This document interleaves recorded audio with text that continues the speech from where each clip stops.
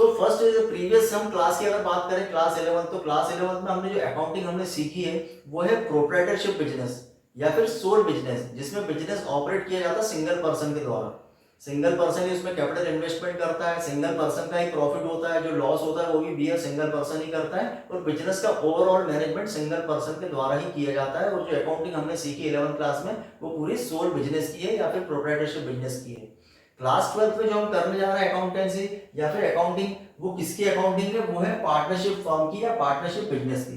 तो सबसे पहले पार्टनरशिप फर्म के स्टार्ट करने के पहले हम उसका इंट्रोडक्शन समझते हैं, हम बेसिक कंसेप्ट उसका समझते हैं और उसकी डेफिनेशन समझते हैं कि एक्चुअली पार्टनरशिप क्या है। पार्टनरशिप होती क्या है? पार्टनरशिप एक्चुअली टू और मोर देन टू पर्सन, जब दो या दो से ज्यादा व्यक्ति किसी बिजनेस को ऑपरेट करने के लिए उसको कैरी ऑन करते हैं और बिजनेस का जो भी प्रॉफिट होता है उसको शेयर करने के लिए एग्री होते हैं, तो उस बिजनेस को हम बोलते हैं पार्टनरशिप बिजनेस। अगर पार्टनर्स के बीच में जो रिटर्न एग्रीमेंट होता है उसको हम बोलते हैं पार्टनरशिप डीड। मैं पार्टनरशिप डीड की डेफिनेशन होगी कि पार्टनरशिप डीड क्या है। अगर आपसे कोई पूछता है कि पार्टनरशिप डीड क्या है, what is the definition of the partnership deed, तो पार्टनरशिप डीड की डेफिनेशन क्या होगी?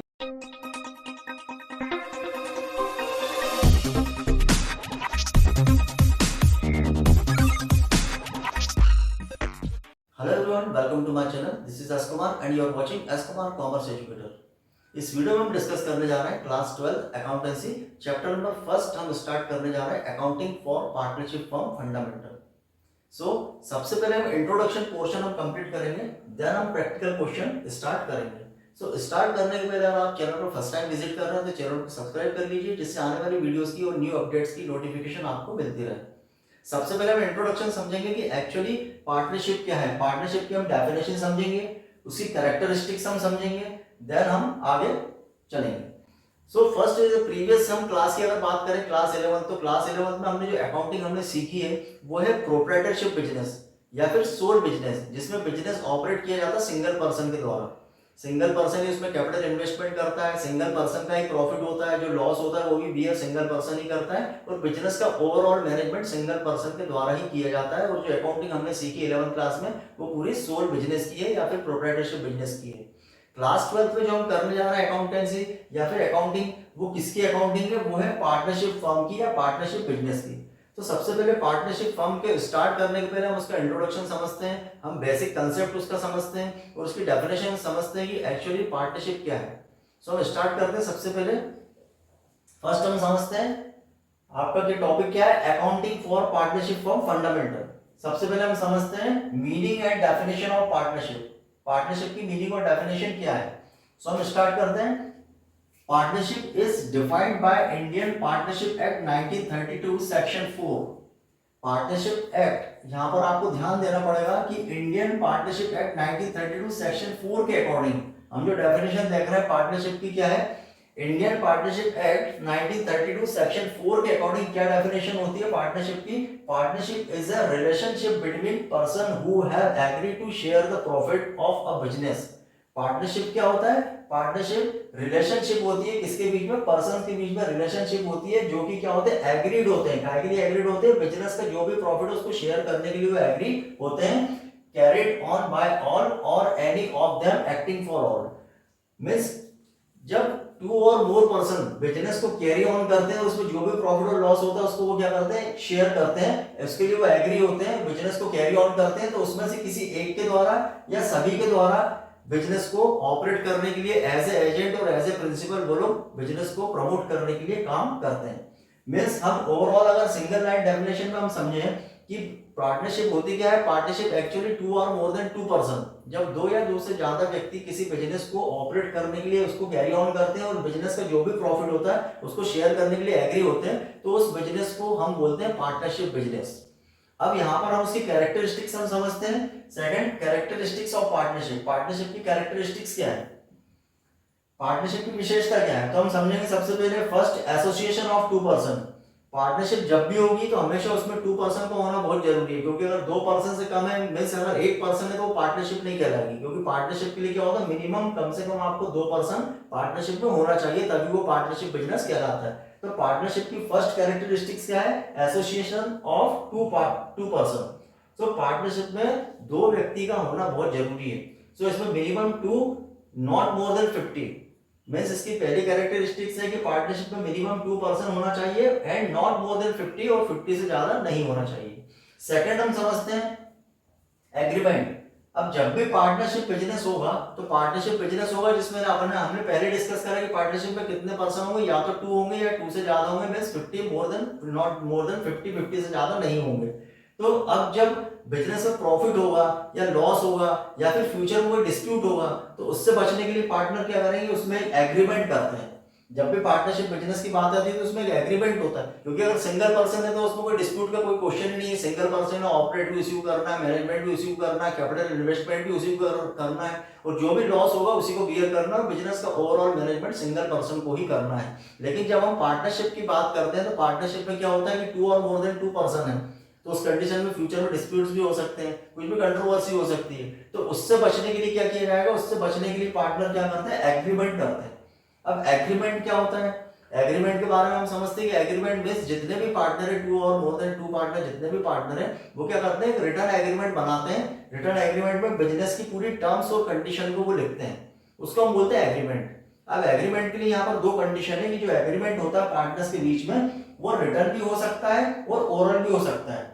यहाँ पर आपने क्या है कि पार्टनरशिप शुड हैव रिटर्न और ओरल एग्रीमेंट। पार्टनर्स के बीच में जो एग्रीमेंट होगा वो रिटर्न भी हो सकता है और ओरल भी हो सकता है, ये उनकी म्यूचुअल अंडरस्टैंडिंग पे डिपेंड करता है। तो अगर रिटर्न एग्रीमेंट होता है तो उसको हम बोलते हैं पार्टनरशिप डीड। अगर पार्टनर्स के बीच में जो रिटर्न एग्रीमेंट होता है उसको हम बोलते हैं पार्टनरशिप डीड। बस पार्टनरशिप डीड की डेफिनेशन होगी कि पार्टनरशिप डीड क्या है। अगर आपसे कोई पूछता है कि पार्टनरशिप डीड क्या है, what is the definition of the partnership deed, तो पार्टनरशिप डीड की डेफिनेशन क्या होगी, partnership deed is a written agreement between और among the partners. Partnership deed is a written agreement among the partners. Partnership deed क्या होती है, written agreement होता है पार्टनर्स के बीच में, उसको हम बोलते हैं पार्टनरशिप डीड। अब ये जो पार्टनरशिप एग्रीमेंट है ये रिटर्न भी हो सकती है, ओरल भी हो सकती है, उनकी म्यूचुअल अंडरस्टैंडिंग पर डिपेंड करता है।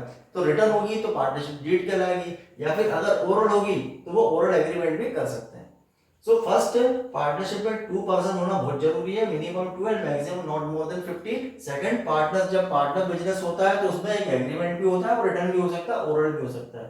थर्ड, हम कैरेक्टरिस्टिक्स की बात करें, business agreement should be to do business lawful. इसकी थर्ड कैरेक्टरिस्टिक क्या है कि जो बिजनेस होगा, पार्टनरशिप बिजनेस होगा, वो एग्रीमेंट होता है, किसके लिए एग्रीमेंट होता है, एक लॉफुल बिजनेस के लिए एग्रीमेंट होता है। लॉफुल मींस जो लीगल हो, लीगल बिजनेस होना चाहिए। अनलॉफुल बिजनेस के लिए कोई भी पार्टनरशिप नहीं होती। मींस जो भी बिजनेस पार्टनर अगर कोई बिजनेस करते हैं तो कैसा होना चाहिए, लॉफुल होना चाहिए, लीगल होना चाहिए। अनलॉफुल बिजनेस के लिए पार्टनरशिप नहीं होती। तो उसकी थर्ड कैरेक्टरिस्टिक्स है।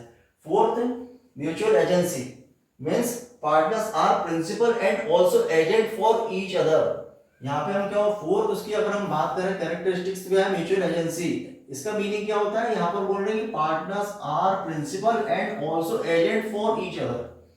अब सपोज टू बी किसी फर्म में 4 पार्टनर है, A B C D. Suppose to be किसी फर्म में या किसी बिजनेस में 4 पार्टनर है, 4 पार्टनर मिलकर बिजनेस को कैरी ऑन करते हैं। तो ये पार्टनर जो इंडिविजुअली जो पार्टनर है, A B C D individual partner है, तो इंडिविजुअल पार्टनर क्या होगा, एजेंट। ये फर्म के लिए कौन होंगे, एजेंट होंगे। मतलब फर्म को, बिजनेस को प्रमोट करेंगे, जो भी बिजनेस के लिए जितना भी कर सकते हैं मैनेजमेंट, उसका मैनेजमेंट करेंगे। तो इंडिविजुअली ये क्या कहलाएंगे, एजेंट। इंडिविजुअली ये क्या कहलाते हैं, एजेंट कहलाते हैं। मतलब एक दूसरे के लिए एजेंट का काम करना है।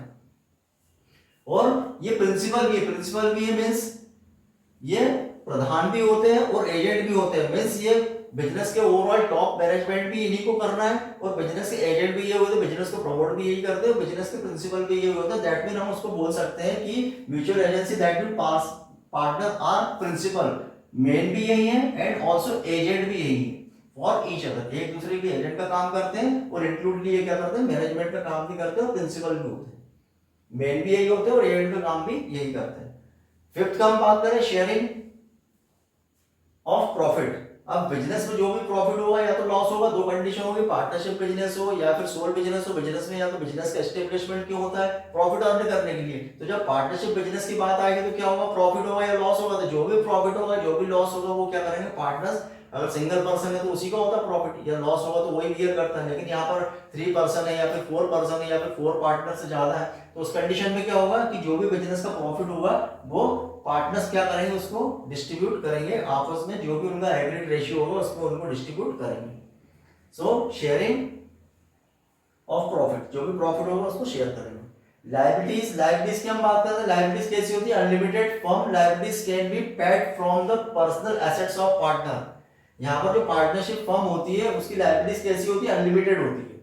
पार्टनरशिप फर्म में जो पार्टनर्स की लायबिलिटीज होती है वो कैसी होती है, अनलिमिटेड होती है। अनलिमिटेड क्यों होती है, उसका मीनिंग ये है कि unlimited firms liability can be paid from the personal assets of partner. जब फर्म की डेट ज्यादा हो जाती है, उसके लोन ज्यादा हो जाते हैं, उसको चुकाने के लिए कभी एसेट्स नहीं होती है, तो उस कंडीशन में क्या होता है कि पर्सनल जो एसेट्स होती है पार्टनर की, उस पर्सनल एसेट से वो लोन को पेड किया जाता है। इसलिए यहाँ पर हम क्या है इसकी कैरेक्टरिस्टिक्स कि जो फर्म होती है पार्टनरशिप फर्म, उसकी लायबिलिटीज कैसी होती है, अनलिमिटेड उसकी लायबिलिटीज होती है। तो यहाँ पर हमने दो चीज समझी, दो चीज। फर्स्ट हमने क्या समझा, हमने समझा है कि इंडियन पार्टनरशिप एक्ट 1932 सेक्शन 4 के अकॉर्डिंग पार्टनरशिप की डेफिनेशन हमने समझी क्या होती है कि जब दो या दो से अधिक पर्सन मिलकर बिजनेस को कैरी ऑन करते हैं, बिजनेस के प्रॉफिट को शेयर करने के लिए, तो उसको हम बोलते हैं पार्टनरशिप फर्म या पार्टनरशिप बिजनेस। सेकंड हमने समझी कैरेक्टरिस्टिक्स। कैरेक्टरिस्टिक्स में हमने फर्स्ट क्या समझा कि पार्टनरशिप में टू और मोर देन 2 पर्सन होना चाहिए, minimum 2 and not maximum 50। Second हमने क्या समझा, एग्रीमेंट होता है, जब पार्टनरशिप बिजनेस होता है तो उसमें एग्रीमेंट होता है, एग्रीमेंट रिटर्न भी हो सकता है, ओरल भी हो सकता है। थर्ड हमने समझा कि business agreement should B, business agreement जो होता है हमेशा किसके लिए होता है, लॉफुल बिजनेस के लिए होता है। फोर्थ हमने समझा म्यूचुअल एजेंसी, जिसमें कि सभी पार्टनर प्रिंसिपल भी होते हैं और एजेंट भी होते हैं एक दूसरे के। नेक्स्ट हमने समझा कि शेयरिंग प्रॉफिट, बिजनेस में जो भी फर्म में जो भी प्रॉफिट होगा वो शेयर करेंगे, जितने भी पार्टनर वो एग्रीड रेशियो में उसको शेयर करते हैं। नेक्स्ट हमने समझा लायबिलिटीज। लायबिलिटीज कैसी होती है, अनलिमिटेड होती है कि जब फर्म के जो लायबिलिटीज होती है, जो डेट होती है, उसको पे करने के लिए एसेट्स नहीं होती है, तो उस कंडीशन में क्या किया जाता है, पार्टनर्स की पर्सनल एसेट से उसको पे किया जाता है। तो ये कैरेक्टरिस्टिक्स हमने समझा पार्टनरशिप की। नेक्स्ट हम समझते हैं कि कुछ प्रोविजन है, जैसे कि मैंने आपको यहाँ पर बताया था एग्रीमेंट। एग्रीमेंट के बारे में मैंने आपको क्या बताया कि एग्रीमेंट कैसा हो सकता है, रिटर्न भी हो सकता है, ओरल भी हो सकता है, ये पार्टनर्स की म्यूचुअल अंडरस्टैंडिंग पर डिपेंड करता है। तो रिटर्न एग्रीमेंट होगा तो उसको हम बोलते हैं पार्टनरशिप डीड। अब पार्टनरशिप डीड जब रिटर्न होगी तो उसमें पूरे टर्म्स और कंडीशन पार्टनर्स के द्वारा लिखे जाते हैं, और एग्रीमेंट में रिटर्न एग्रीमेंट वो होता है तो उसमें पूरे टर्म्स और कंडीशन लिखे जाते हैं। लेकिन जब ओरल होता है, जब पार्टनर अगर आप रिटर्न एग्रीमेंट नहीं बनाते हैं, उनके बीच में ओरल एग्रीमेंट होता है, तो उस कंडीशन में कुछ प्रोविजन है, कुछ रूल्स हैं, वो एप्लीकेबल होते हैं। तो यहाँ पर समझना जरूरी है, आगे हम चलेंगे तो ये इंपॉर्टेंट भी है, इसको थोड़ा आपको जानना जरूरी है, इंपॉर्टेंट भी है। ये क्या इंपॉर्टेंट है कि provision of the Indian partnership act 1932 that are applicable in the absence of partnership deed. मतलब जब पार्टनर पार्टनरशिप डीड नहीं बनाते, उनके बीच में रिटर्न एग्रीमेंट नहीं होता है, उस कंडीशन में कुछ प्रोविजन है, और ये प्रोविजन हम एप्लीकेबल करते हैं कब, provision of the Indian partnership act 1932 that are applicable. Indian partnership act 1932 के अकॉर्डिंग एप्लीकेबल होते हैं प्रोविजन। कौन कौन से प्रोविजन होते हैं, एप्लीकेबल होते हैं in the absence of partnership deed. जब पार्टनरशिप डीड की एब्सेंस होती है, साइलेंट होता है, उस कंडीशन में कुछ रूल्स हैं, कुछ प्रोविजन है वो एप्लीकेबल होते हैं। वो कौन कौन से हैं वो यहाँ पर हम डिस्कस करते हैं।